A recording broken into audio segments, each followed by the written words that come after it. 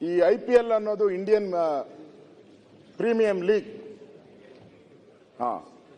ಇದು ಹರಾಜು ಹಾಕುವಂಥದ್ದು. ಹಿಂದೆ ಸಿನಿಮಾದಲ್ಲಿ ನೋಡಿದ್ದೀರ, ಪರಮೇಶ್ವರ್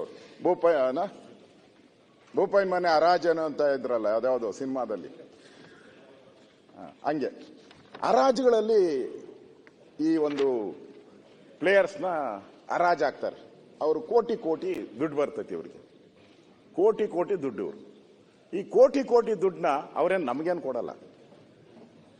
ಈ ಕೋಟಿ ಕೋಟಿ ದುಡ್ಡನ್ನ ನಮಗೇನು ಕೊಡಲ್ಲ ಅವರು. ಇದು ಅವರು ಯೂಸ್ ಮಾಡ್ತಾರೆ. ಈ IPL ಬಂದ ಮೇಲೆ ಸಮಾಜಕ್ಕೆ ಏನು ಒಳ್ಳೇದಾಗಿದೆ? ಈ 2020 ಬಂದ ಮೇಲೆ ಸಮಾಜಕ್ಕೆ ಏನು ಒಳ್ಳೇದಾಗಿದೆ ಅಂದ್ರೆ, ಒಳ್ಳೇದಾಗಿದೆ.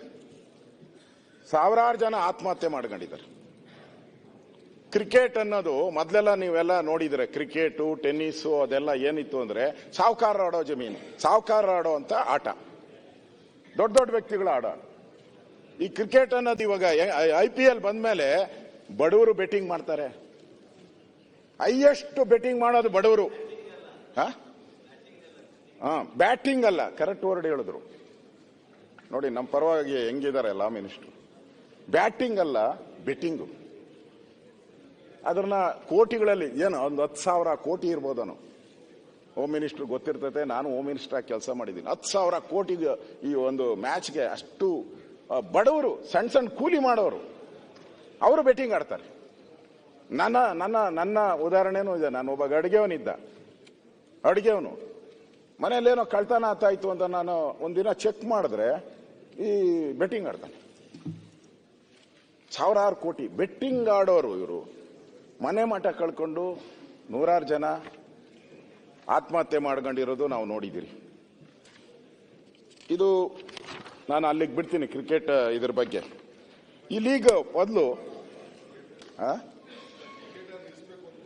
ನಾನೇನು ನಿಲ್ಲಿಸ್ಬೇಕಂತ ಹೇಳಿಲ್ಲ. DK ಶಿವಕುಮಾರ್ ಅವರೇ, ನೀವು ಹೇಳಿದಿರ ನಾನು ಫುಲ್ ಮ್ಯಾಚ್ ನೋಡಿದ್ದೀನಿ ಅಂತ. ಹಿಂದೆ ಪಕ್ಕದಲ್ಲಿ ಕೂತಿದ್ದಾರೆ ಸಿದ್ದರಾಮಯ್ಯನವ್ರು, ಕೇಳಿ. 5 days ಮ್ಯಾಚ್ ಇತ್ತು. ಅದು ಕರೆಕ್ಟ್ ಮ್ಯಾಚು. 5 ದಿನ ಮಡಿತಾ ಇದ್ರಲ್ಲ. ಇದಕ್ಕೇನು ಯಾವನು ಕೇಳೋನೇ ಇಲ್ಲ. 5 days ಮ್ಯಾಚು ನೋಡೋನು ಇಲ್ಲ ಯಾರನು. ಟೆಸ್ಟ್ ಮ್ಯಾಚ್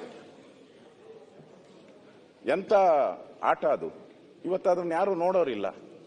ಪ್ರತಿ ಒಂದು ಬಾಲ್ಗೂ ಒಬ್ಬ ಚುನಾಯಿತ ಪ್ರತಿನಿಧಿ, ಹೆಸರು ಹೇಳೋದು ಬೇಡ, ಅವನು DK ಶಿವಕುಮಾರ್ ನಗದ್ರು, ಗೊತ್ತಾಯ್ತು ಅವ್ರಿಗೆ ಯಾರು ಅಂತೇಳಿ. 100, 150, 200 ಕೋಟಿ ಕಳ್ಕೊಂಡ್ಬಿಟ್ಟಿದ್ದಾನೆ ಒಂದು ಬಾಲ್ಗೆ. ಒಂದು ಬಾಲ್ ಅವರ IPL ಹೆಂಗೆ ಅಂದ್ರೆ, ಒಂದು ಬಾಲ್ ಹಾಕಕ್ ಮುಂಚೆ ಅವ್ನು ಕಟ್ತಾನೆ, ಇದು 4 ಹೋಗುತ್ತಾ, 2 ಹೋಗುತ್ತಾ, 1 ಹೋಗುತ್ತಾ ಅಂತ. ಅದ್ರ ಮೇಲೆ ಬೆಟ್ಟಿಂಗ್ ಎಷ್ಟು?